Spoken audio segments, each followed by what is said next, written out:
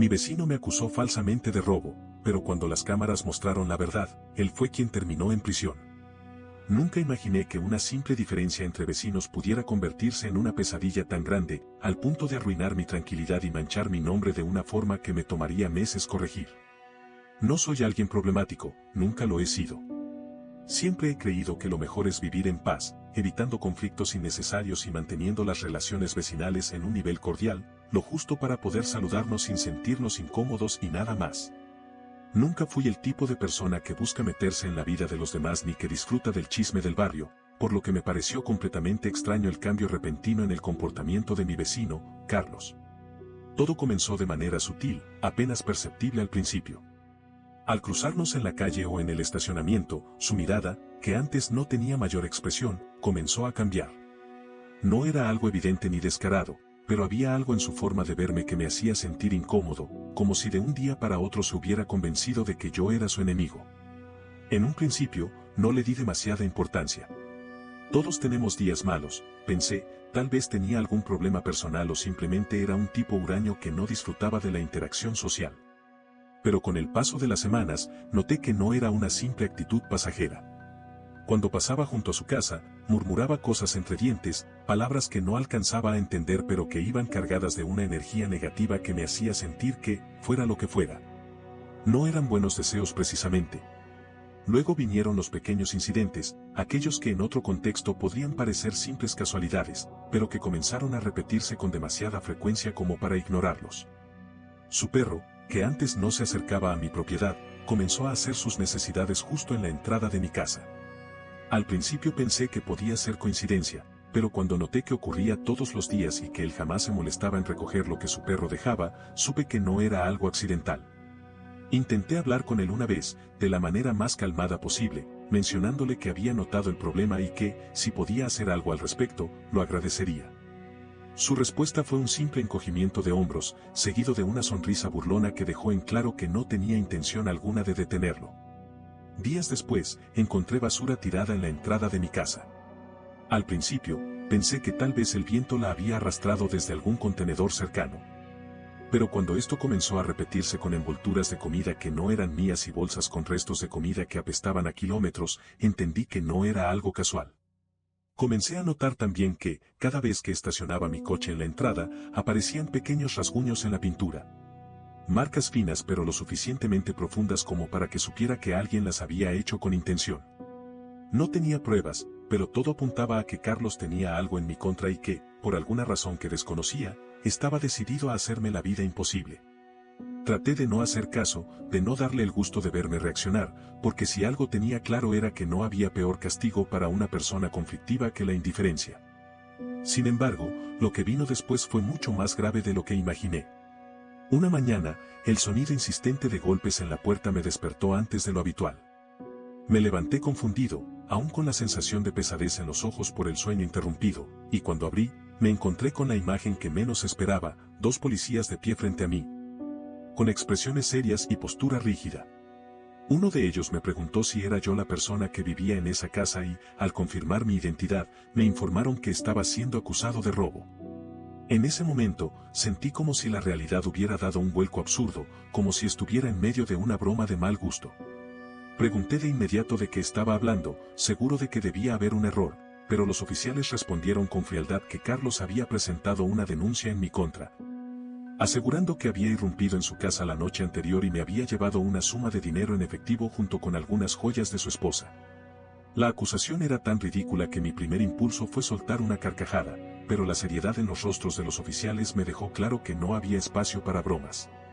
Intenté explicar que eso era imposible, que jamás había puesto un pie dentro de la casa de Carlos ni tenía motivo alguno para hacerlo, pero los policías insistieron en que necesitaban verificar mi coartada. Por suerte, tenía una. La noche anterior había estado en mi casa con mi novia viendo una serie y habíamos hecho una videollamada con mi hermana, lo cual quedaba registrado en el historial de llamadas. Aún así, eso no fue suficiente para evitar que me llevaran a la comisaría para continuar con el procedimiento. La experiencia de estar en una sala de interrogatorios, tratando de convencer a desconocidos de algo que yo sabía con certeza que no había hecho, fue frustrante y humillante.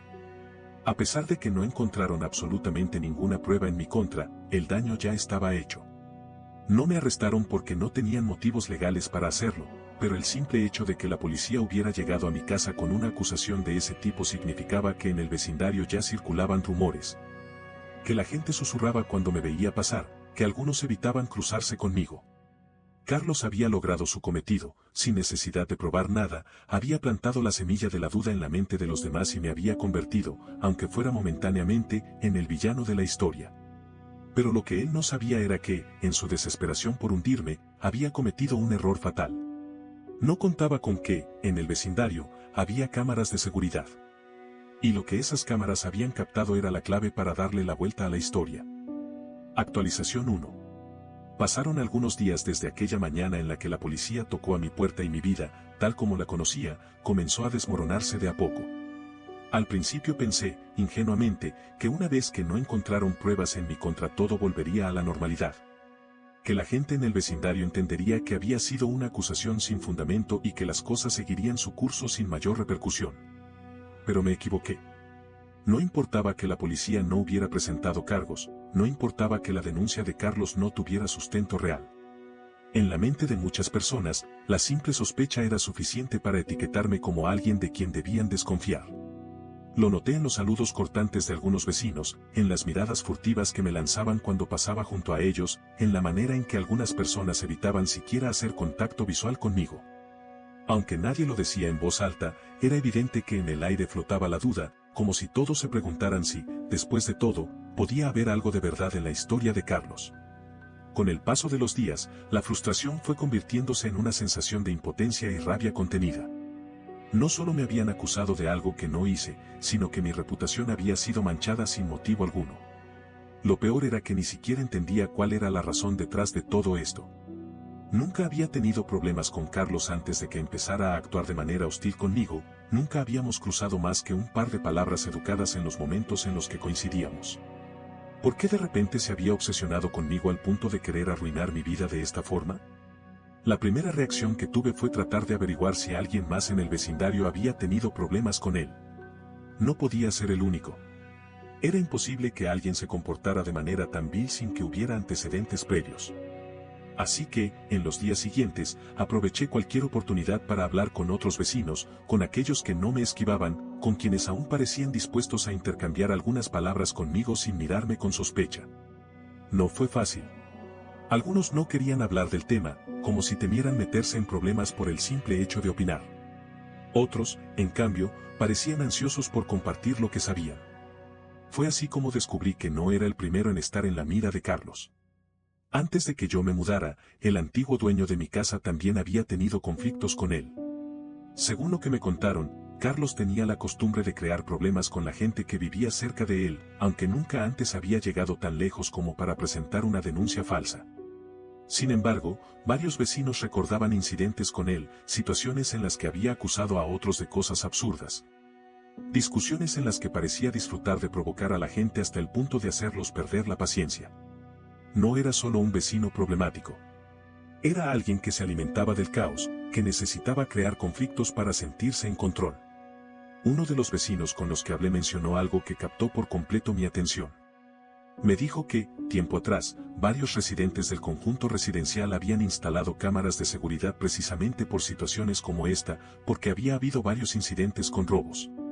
Autos vandalizados y disputas entre vecinos en las que no quedaba claro quién decía la verdad.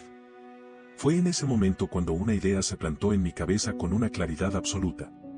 Si alguien tenía cámaras de seguridad instaladas, había una posibilidad de que hubieran captado algo relevante. Sin perder más tiempo, fui directamente con la administración del conjunto residencial para preguntar si podían revisar las grabaciones de la noche en la que supuestamente ocurrió el robo. No sabía si lograría algo con eso, pero era lo único que tenía en ese momento. Cuando les expliqué mi situación, los administradores accedieron a revisar el material y lo que encontraron fue, sin duda alguna, la prueba que necesitaba. En las imágenes se veía claramente a Carlos saliendo de su propia casa esa noche.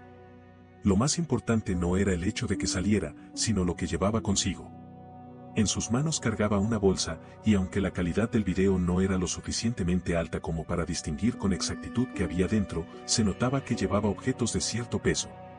Se le veía cruzando la calle en dirección a uno de los contenedores de basura que estaban un poco más alejados de la zona principal del vecindario. Allí, se detuvo por unos segundos, miró a su alrededor como si quisiera asegurarse de que nadie lo veía y luego dejó caer la bolsa dentro del contenedor antes de regresar a su casa como si nada hubiera pasado. La grabación me dejó helado. No solo había sido capaz de mentir descaradamente a la policía, sino que había planeado todo con anticipación. Se había tomado la molestia de deshacerse de los objetos que supuestamente yo había robado, todo con el propósito de construir una acusación lo suficientemente creíble como para ponerme en problemas. Y lo peor era que, de no haber sido por las cámaras, posiblemente se habría salido con la suya. Con la evidencia en mi poder, me dirigí a la policía. Esta vez, en lugar de ser yo quien estaba bajo sospecha, fui yo quien presentó la denuncia. Cuando los oficiales vieron el video, sus rostros cambiaron por completo. Uno de ellos, el mismo que había venido a mi casa la primera vez, me dijo que esto ya no era solo un malentendido, que se trataba de una denuncia falsa y que iban a tomar el asunto en serio. Mientras me marchaba de la estación de policía, con una mezcla de alivio y expectativa, supe que esto aún no había terminado. Carlos no tenía idea de lo que se avecinaba. Había pasado días saboreando la idea de haberme puesto en una situación difícil, disfrutando de ver cómo me convertía en el blanco de la desconfianza de los vecinos. Pero lo que no sabía era que, en su intento por arruinarme, había cavado su propia tumba. Lo único que quedaba ahora era esperar el momento exacto en el que todo se volviera en su contra. Y ese momento estaba cada vez más cerca. Actualización 2. Los días posteriores a mi visita a la estación de policía estuvieron marcados por una tensa calma, una sensación de espera inquietante en la que cada hora que pasaba se sentía como el preludio de algo más grande. Como si el aire estuviera cargado con la inminencia de un desenlace que todavía no terminaba de tomar forma. Sabía que la policía había tomado en serio la evidencia que les presenté, pero también entendía que el proceso no sería inmediato. Aún tenían que verificar la autenticidad de la grabación, comparar las declaraciones previas de Carlos y evaluar si había suficientes elementos para iniciar una acción legal en su contra. Mientras tanto, yo seguía lidiando con el peso de la acusación que aún flotaba sobre mí en el vecindario. A pesar de que el rumor de que la policía estaba revisando nuevas pruebas comenzó a circular, todavía sentía las miradas de algunos vecinos que no estaban completamente convencidos de mi inocencia.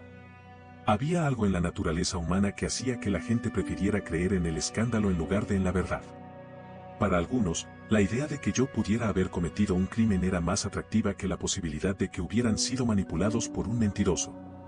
Sin embargo, también noté un cambio en la actitud de algunos residentes. Aquellos que antes evitaban mirarme ahora parecían más curiosos que desconfiados, como si estuvieran empezando a reconsiderar lo que creían saber. Fue en ese contexto que, una tarde, mientras regresaba a casa después de hacer algunas compras, vi a Carlos parado frente a mi puerta. Me tomó por sorpresa. No esperaba que tuviera el descaro de presentarse después de todo lo que había hecho, y menos con la tranquilidad con la que parecía estar esperando. Me detuve a unos metros de distancia, observándolo sin decir una palabra, intentando descifrar su expresión. No había en su rostro la hostilidad de antes, ni la satisfacción maliciosa que había mostrado cuando la policía me llevó para interrogarme. Esta vez, su semblante era diferente, una mezcla entre nerviosismo y una fingida calma que no terminaba de encajar en el tipo de persona que había demostrado ser hasta ahora. Decidí no prolongar el momento más de lo necesario. Me acerqué con paso firme, manteniendo la mirada fija en él mientras esperaba que fuera el primero en hablar.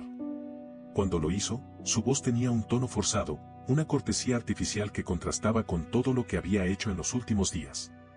Me dijo que creía que todo esto había sido un malentendido, que tal vez se había apresurado demasiado al hacer la denuncia y que no quería que las cosas entre nosotros siguieran tensas.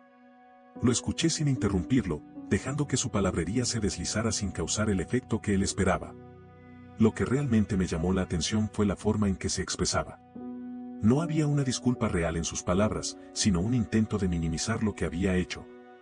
Como si presentar una denuncia falsa y arrastrarme a una situación humillante fuera algo que se pudiera resolver con una conversación casual en la puerta de mi casa. Dijo que, después de hablar con la policía, se dio cuenta de que tal vez había exagerado y que quería arreglar las cosas sin que esto se convirtiera en un problema más grande.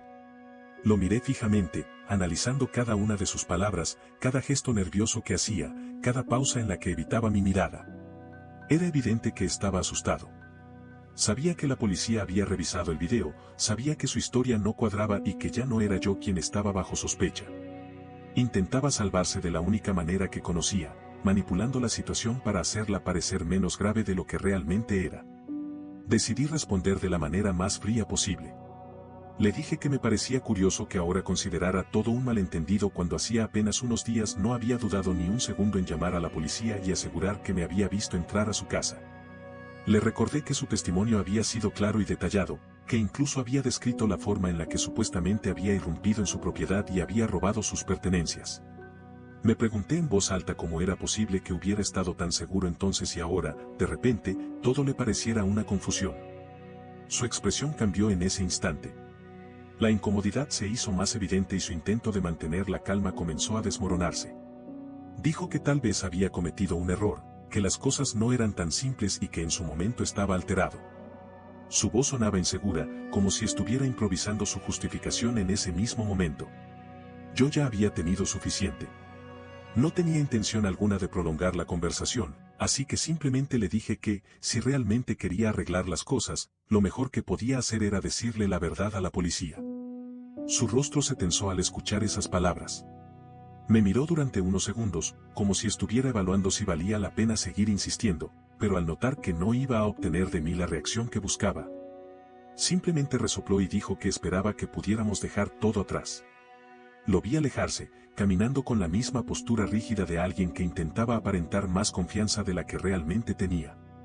Cuando desapareció de mi vista, entré en casa con la certeza de que esto no había terminado. Su intento de manipular la situación no había funcionado y eso significaba que, si se veía realmente acorralado, podía reaccionar de maneras impredecibles. Horas más tarde, recibí una llamada de la policía. Me informaron que Carlos había sido citado nuevamente para declarar y que, después de presentarle las pruebas en su contra, su versión de los hechos había cambiado radicalmente. En lugar de sostener su mentira inicial, ahora afirmaba que alguien más lo había obligado a inventar la historia, que había actuado bajo presión y que en realidad nunca me vio entrar a su casa. Su excusa era tan absurda que los oficiales no tardaron en ver a través de ella. La llamada terminó con una noticia que esperaba escuchar desde hacía días: Carlos había sido arrestado por presentar una denuncia falsa y manipular pruebas. A pesar de que el proceso aún no había concluido, al menos ya no era yo quien estaba bajo sospecha. Cuando colgué el teléfono, me quedé en silencio por un momento, asimilando lo que acababa de ocurrir. Había esperado este momento con ansias, pero no sentí la satisfacción inmediata que creí que sentiría. No porque no lo mereciera, sino porque, de algún modo, sabía que esto aún no había terminado. Carlos había sido acorralado, pero todavía quedaban muchas piezas por caer. Esta era apenas la primera parte de su caída. Actualización 3.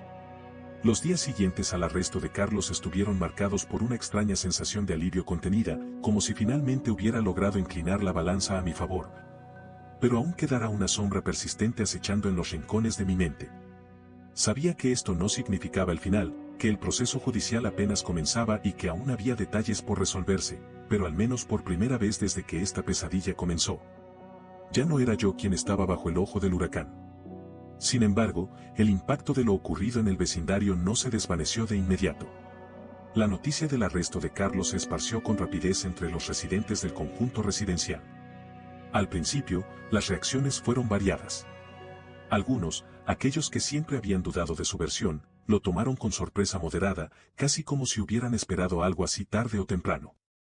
Otros, los que habían estado más inclinados a creer en su historia, se encontraron de pronto en la incómoda posición de haber apoyado a un mentiroso.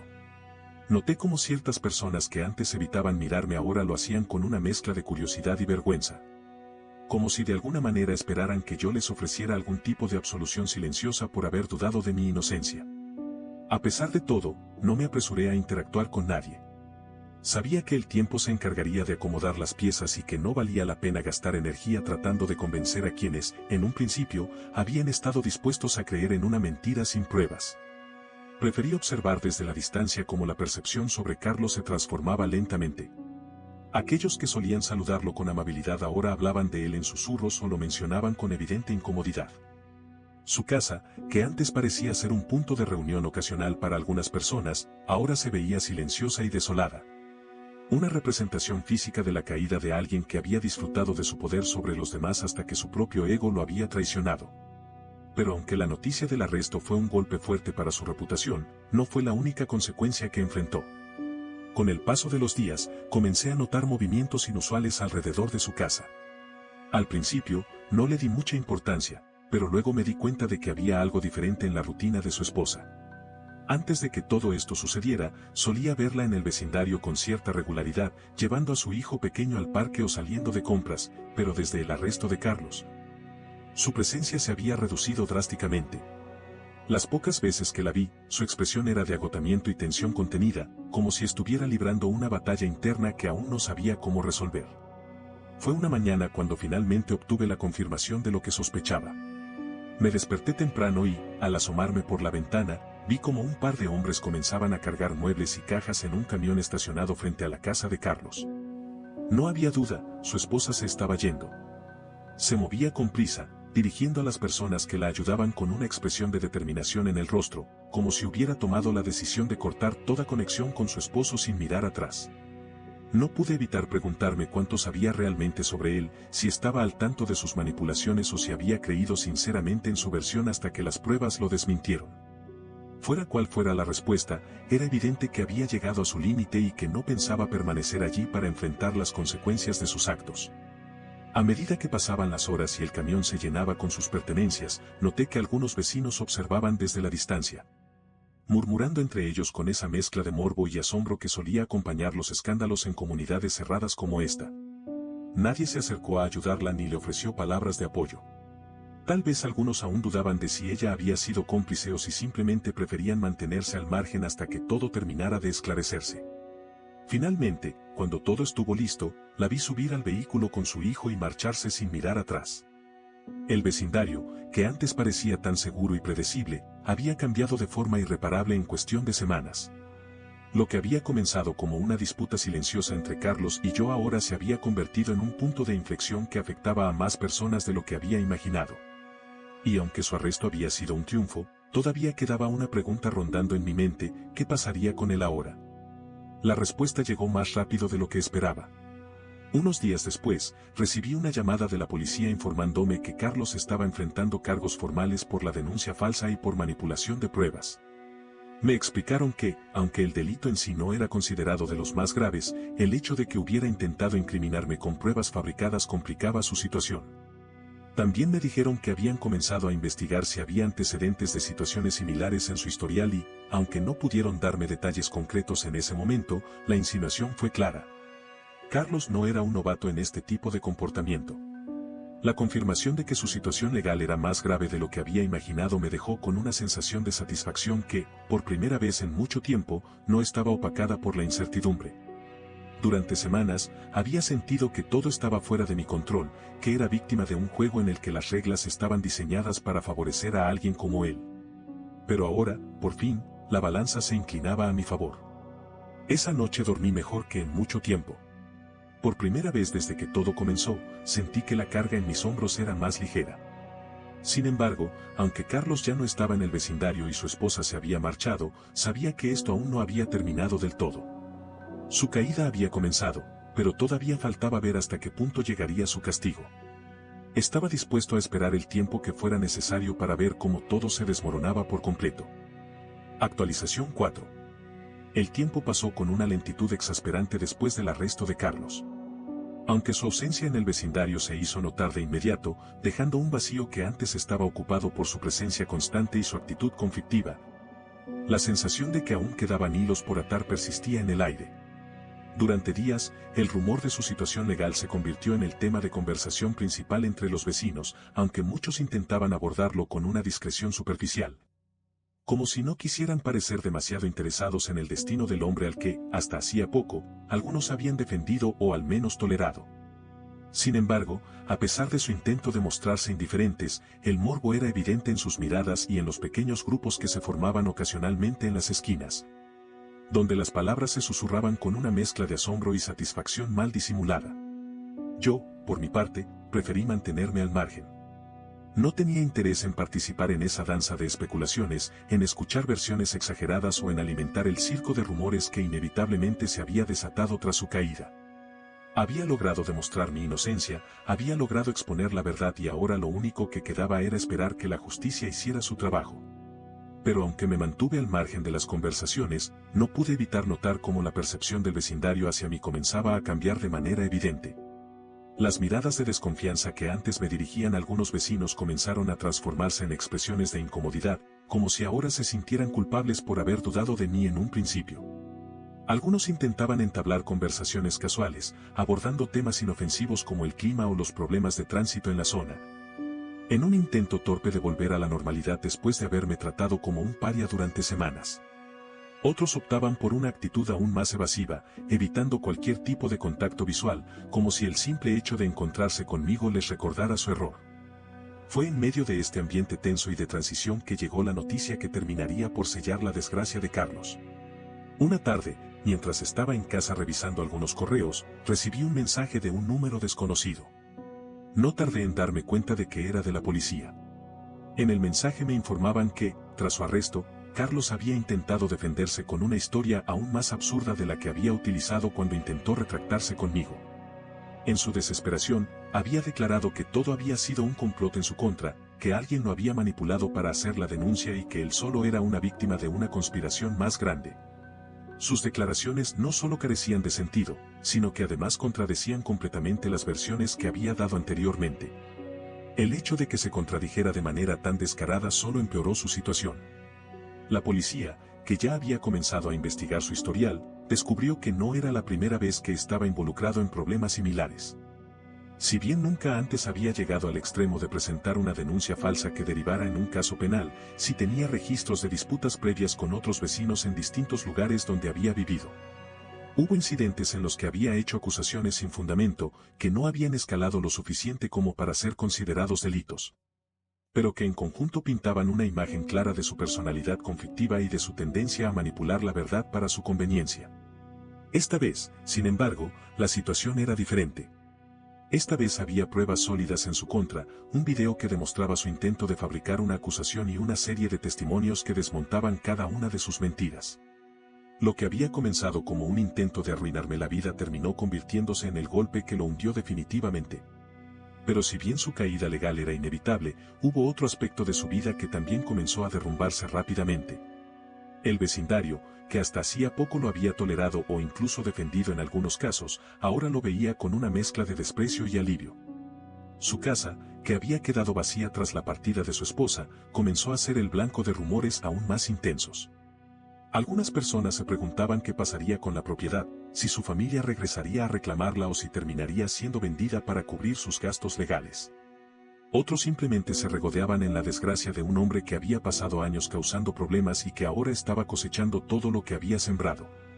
Uno de los momentos que más me sorprendió ocurrió cuando un vecino con el que nunca había intercambiado más que saludos esporádicos se acercó a mí una tarde mientras sacaba la basura.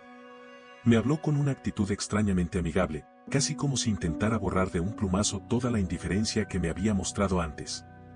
Me dijo que, ahora que todo estaba claro, esperaba que pudiera seguir adelante sin resentimientos, que la comunidad había sido engañada por Carlos y que nadie había querido realmente dudar de mí. Sus palabras sonaban ensayadas, como si estuviera más interesado en limpiar su propia conciencia que en ofrecer una disculpa genuina. No me molesté en responder más de lo necesario. Le dije que el tiempo pondría todo en su lugar y que no tenía sentido aferrarse a lo que ya había pasado. Pero en mi interior, sabía que no olvidaría tan fácilmente como algunos de ellos habían sido tan rápidos para creer en la versión de Carlos sin siquiera cuestionarla.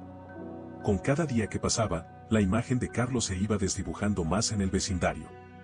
Su nombre dejó de mencionarse con tanta frecuencia y su casa, cada vez más descuidada, se convirtió en un recordatorio silencioso de su caída.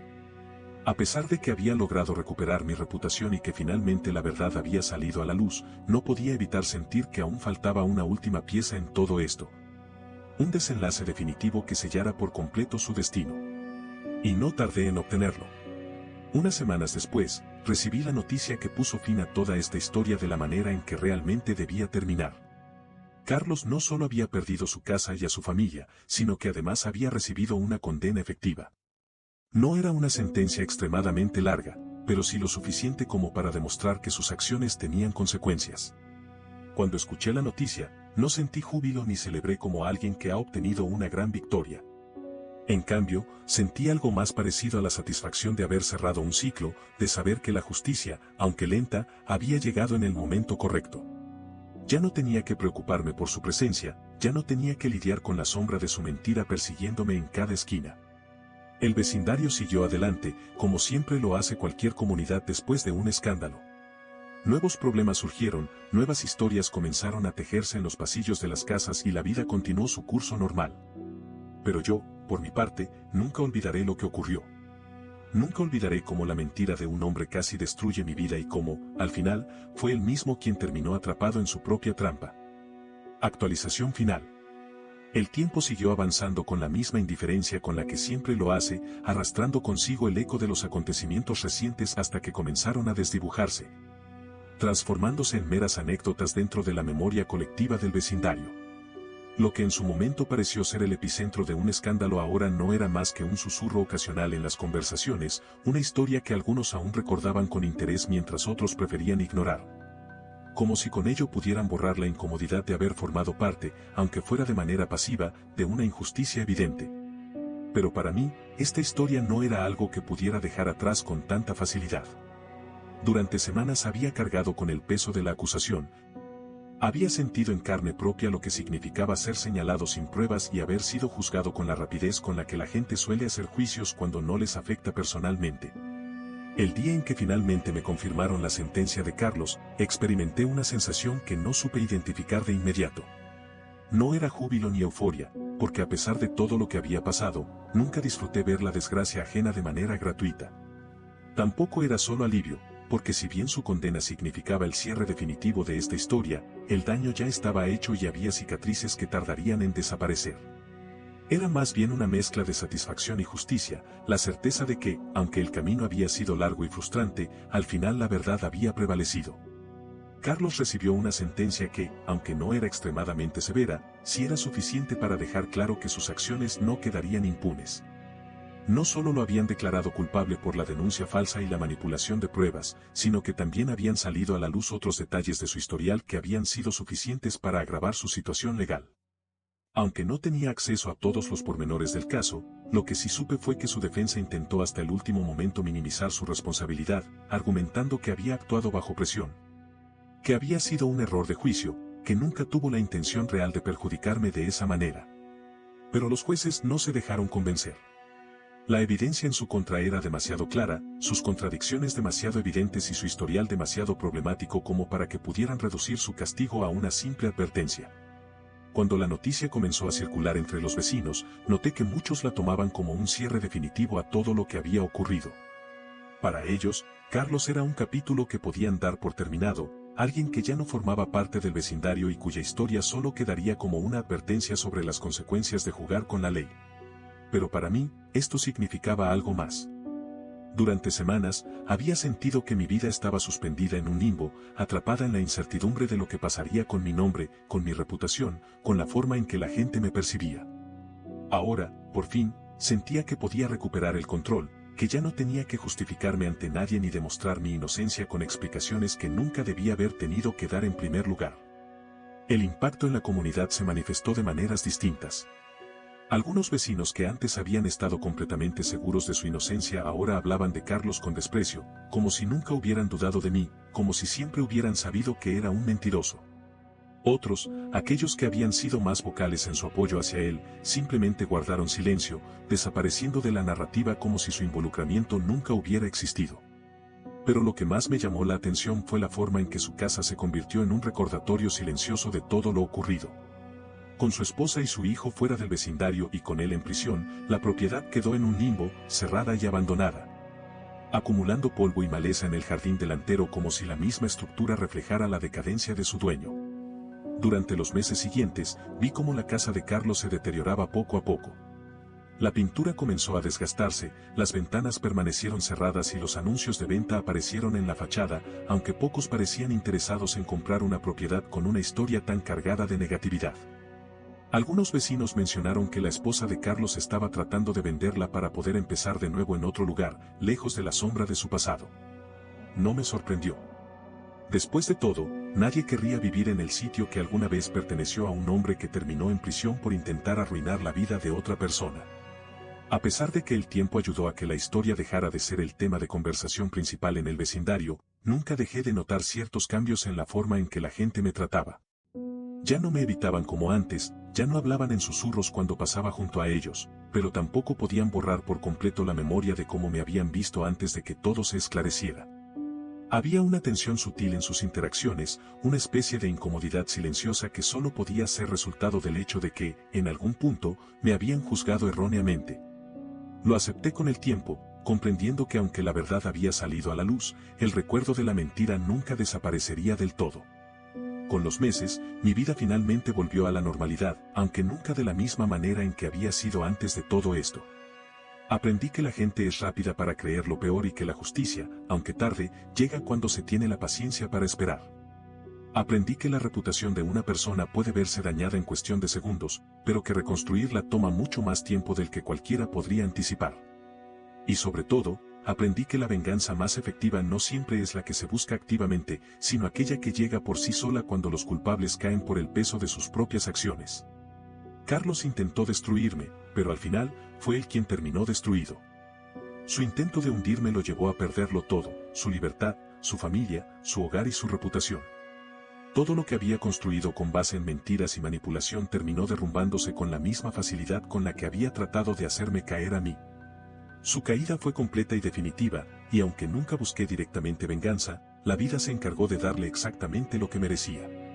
El vecindario siguió adelante. Nuevas familias se mudaron, nuevas historias comenzaron a tejerse en sus calles, y con el tiempo, la historia de Carlos se convirtió en un recuerdo lejano. Algo que solo mencionaban aquellos que habían estado allí para presenciarlo. Pero yo nunca lo olvidaré. No olvidaré cómo se sintió estar en el centro de una mentira tan calculada, ni cómo se sintió ver a quien me quiso hacer daño caer por su propio peso. Y aunque no lo diría en voz alta, cada vez que pasaba frente a su casa vacía, no podía evitar pensar que, al final, había ganado sin siquiera tener que mover un dedo. No olvides dejar tu opinión en los comentarios, dejar tu like y compartir este video.